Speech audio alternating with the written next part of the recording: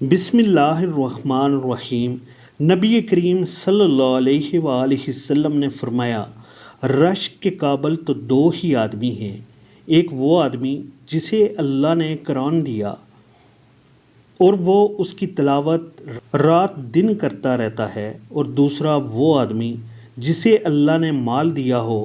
اور وہ اسے رات دن صدقہ و خیرات کر کے خرچ کرتا ہے۔ رسول اللہ صلی اللہ علیہ وآلہ وسلم نے فرمایا، تم میں سے کوئی شخص اس طرح نہ کہے کہ یا اللہ، اگر تو چاہے تو مجھے معاف کر دے،